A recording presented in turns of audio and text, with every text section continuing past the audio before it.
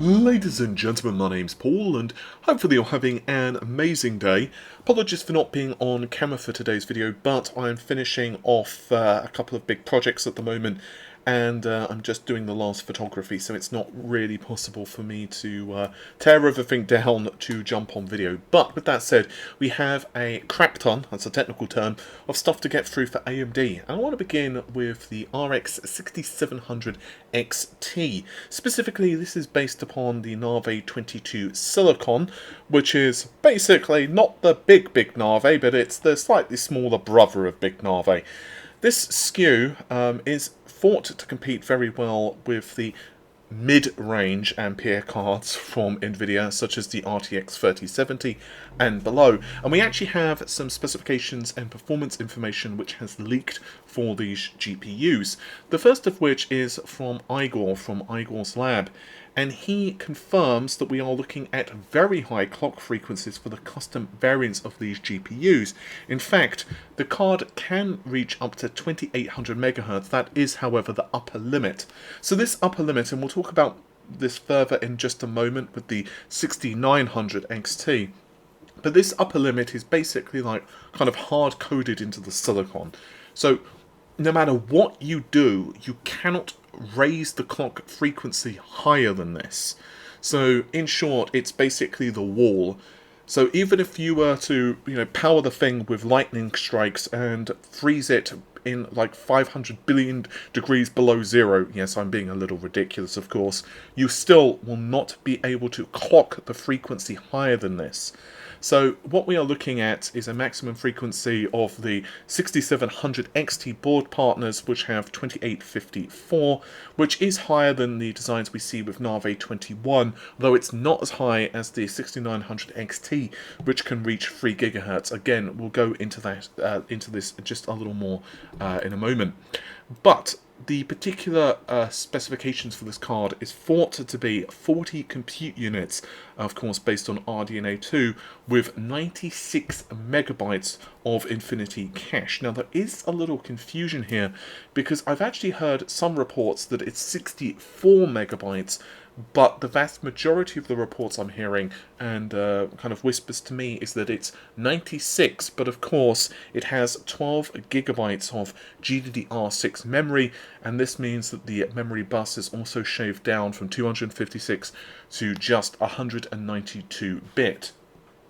As for power, we are looking at either 186, which is total graphics power, or up to 211. Of course, this will directly impact what you can expect in terms of clock frequency. As for performance, well, this is where things get rather interesting. A couple of very good sources of mine have told me that AMD are basically putting this card out to essentially replace the Radeon RX 5700 XT and the 5700. Obviously, this would depend whether it's the 6700 or 6700 XT, although it is faster.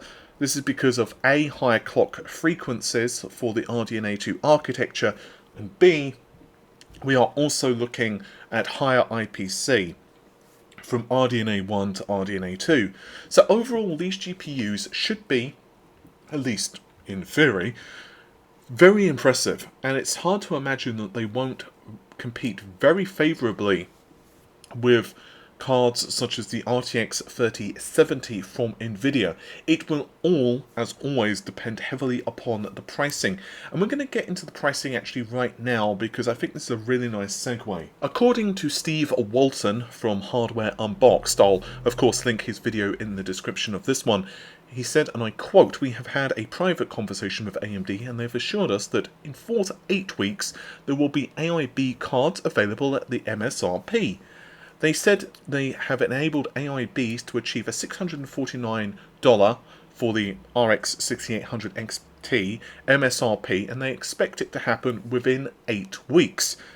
This is naturally coming on the back of massive shortages for the 6000 series, especially for the custom cards, and furthermore for rather expensive variants as well, which are way above what we kind of expected the MSRP to be.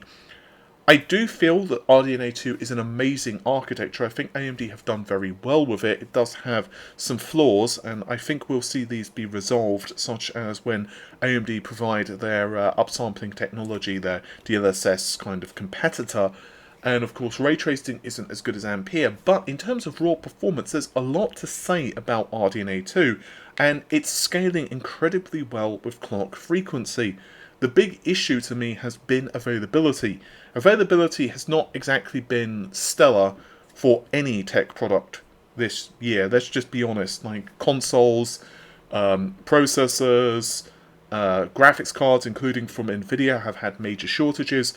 But I personally think that the RX 6000 series has been the worst.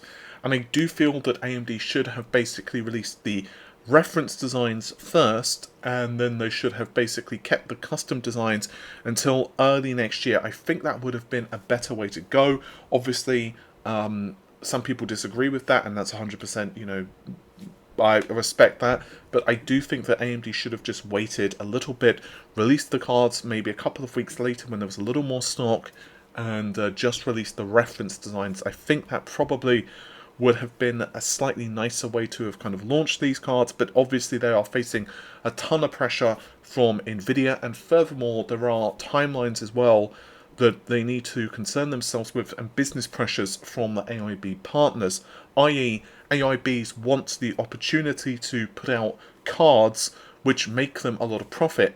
And I think I've mentioned a couple of times now in videos that one of the reasons that AMD have taken this strategy is to basically appease AIBs, who typically have been very pro-Nvidia for obvious reasons. And so this strategy has been, I wouldn't say AIB first or anything like that. I'm not saying it's necessarily not customer focused, but they also need to have a lot more kind of, they have to think from a larger perspective with all of these different moving parts. Videocards.com actually did a really good kind of comparison with the increases in MSRP, and I won't read out all of it because I'll be here for quite some time, but you can see that, on the best case scenarios of the 6800, you're looking at around $80 more than the MSRP, and in the worst case scenarios, it's close to about $120. But if we're looking at the 6800 XT, in best case scenario, you're paying just over $100 more. This is all again in USD. And if you're looking at the worst case scenario, then it's essentially like having your shins kicked repeatedly at about $250 more than the MSRP, which I'm sure you'll agree is not cheap. I mean, at that point, you're approaching $1,000 for a card which is supposed to retail at about $650. And I did mention I would get to the 6900 XT in just a moment, and this concerns the clock frequency. The 6900 XT is not available yet, it is in the hands of reviewers, but the 6900 XT has a clock limit of 3 GHz. Again, this does seem to be the upper limit. In fact, DeBauer was messing around with the 6800 XT, and even he wasn't able to bypass the limitation of this. And it does seem that, in theory anyway, if that limitation wasn't there, you could do some crazy stuff with these GPUs. But because of the limitation, it well, obviously is putting like a final stop on the performance. The 6900 XT seems to have a maximum clock frequency of 3 GHz. This has been discovered by Patrick over on Twitter. And yeah, it's kind of interesting that AMD have done this. Obviously, one of the reasons is that RDNA 2 scales so well with clock frequency, so it wouldn't be very difficult to imagine people just creating really impressive overclocks of their cards. Now, obviously, Silicon Lottery does exist, so this is not to say that everyone is going to have like a 6800, which is going to be just running at like 3.2 gigahertz on water if these biases weren't there or anything like that. But it does lead to some interesting questions, and it's kind of a shame for the enthusiast community, because obviously the enthusiast community was super excited to get hold of these GPUs. You can argue that heavy overclocking is kind of cool. I mean, I don't really overclock competitively or anything like that. I just think it's fun to do occasionally. But I was really looking forward to seeing what these cards could do on, like, LN2, and to be really put through their paces. Since we're talking so much about shortages, I did want to touch briefly on the Xbox Series X, as a group has confirmed that they have obtained over 1,000 Xbox Series X consoles, and obviously this means scalping, to be very, very clear. Now, this is interesting because we've recently had the same group confirm that it's obtained about 3,500 PlayStation 5s. I mean, just think about that number. 3,500 consoles is absolutely ridiculous. The good news is that the retailer in question, Very, which is, I believe, UK only, they've actually cancelled about 1,000 of these orders for the group, which were Xbox Series X as well as PlayStation 5 consoles. And obviously the purpose of scalping is to purchase the consoles and then sell them at a drastically inflated price.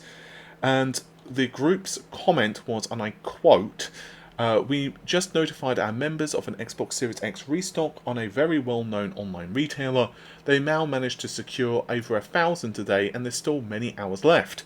You snooze, you lose." Now, I understand some people are getting their pitchforks out, as this group actually charges like a monthly membership, but they did state, and I quote, this is in a separate statement from last week, that this allows members to put food on the table. Lots of our community have been furloughed, made redundant, or at some form of disadvantage due to the pandemic. These people have managed to cover their bills, put food on the table, and supply Christmas presents to their children. It may be unfortunate that their child won't wake up to the PlayStation 5 this Christmas, but another child may have woken up to nothing. We have no regrets. Yeah, I think honestly, this has just all been a perfect storm. Obviously, shortages of hardware because of multiple reasons. That combined with scalping, and it's basically just a perfect storm which feeds upon itself. Hopefully, if you are someone who is looking to purchase a console, you do manage to grab one. There are people who are on back orders, for example, for the PlayStation 5, and the reports are that Sony are going to do their darndest to fulfill those back orders by the end of the year, and hopefully so, because that would be amazing if you manage to get a PlayStation 5 or an Xbox in time for Christmas so you can enjoy it over the holiday. That would be absolutely amazing. And I do feel for the people who have been negatively impacted by the current world events. I mean, it sucks, and obviously the prospect of not being able to pay your mortgage or whatever else, that's not great. And so I can understand the desperation for people who have done this, but yeah, you know what, the whole thing just absolutely sucks from every perspective. And if you are someone who has been waiting for their console, or graphics card, or whatever you're trying to get hold of, hopefully you manage to procure one as soon as possible.